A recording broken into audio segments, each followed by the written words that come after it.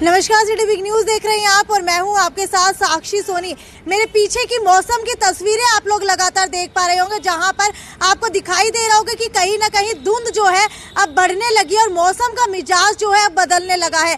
हालांकि अगर बात की जाए दिसंबर महीने की, तो दिसंबर महीने के शुरुआत में नहीं बल्कि बीच के अंदर से धुंध आना शुरू होती है, यानी कि 10 से 15 दिसंबर के बीच में।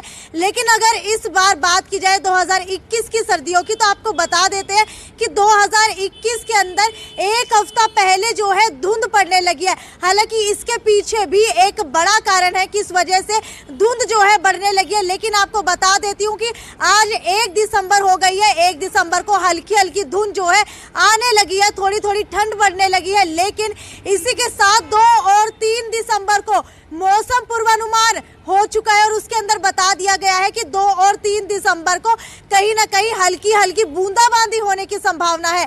और अगर बात की जाए 4 दिसंबर की, तो 4 दिसंबर से धुंध की चादर जो है पूरे हरियाणा के ऊपर गहराने लगेगी। हालांकि तस्वीरें आपको दिखाना चाहूंगी, तस्वीरें किस तरीके की आप लोगों के सामने निकल करके आ रही है।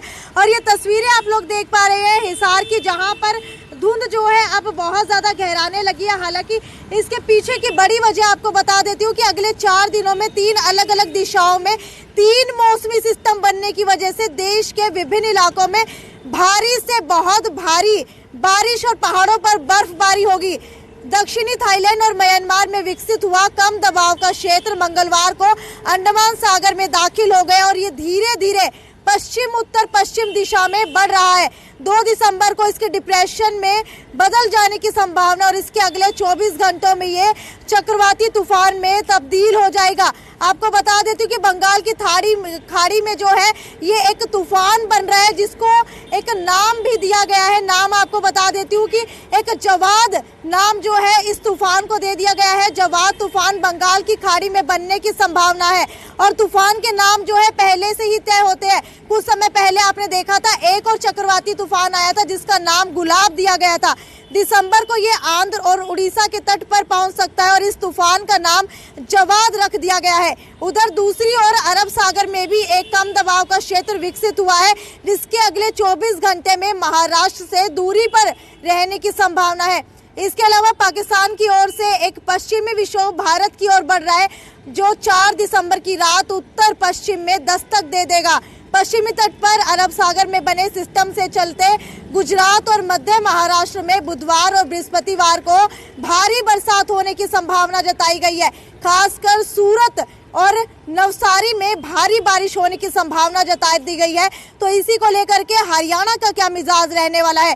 तो वहीं 2 और 3 दिसंबर को पश्चिमी मध्य प्रदेश, पूर्वी राजस्थान, हरियाणा, पश्चिमी उत्तर प्रदेश और दिल्ली में बारिश गणित के साथ बारिश होने की संभावना है। दक्षिणी पूर्वी राजस्थान में 2 दिसंबर को भारी से बहुत भारी बारिश हो सकती है और जबकि उत्तराखंड और हिमाचल में 2 और 3 दिसंबर को भारी बर्फबारी और भारी बारिश होने की संभावना जता दी गई है।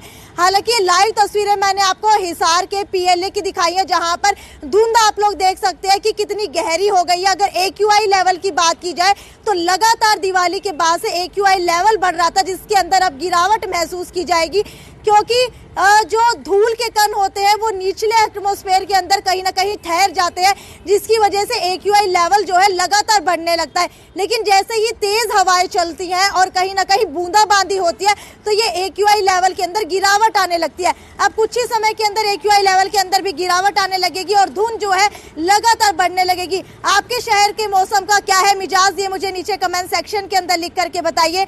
ये थी साक्षी सोनी की report, city big news bureau Hisar.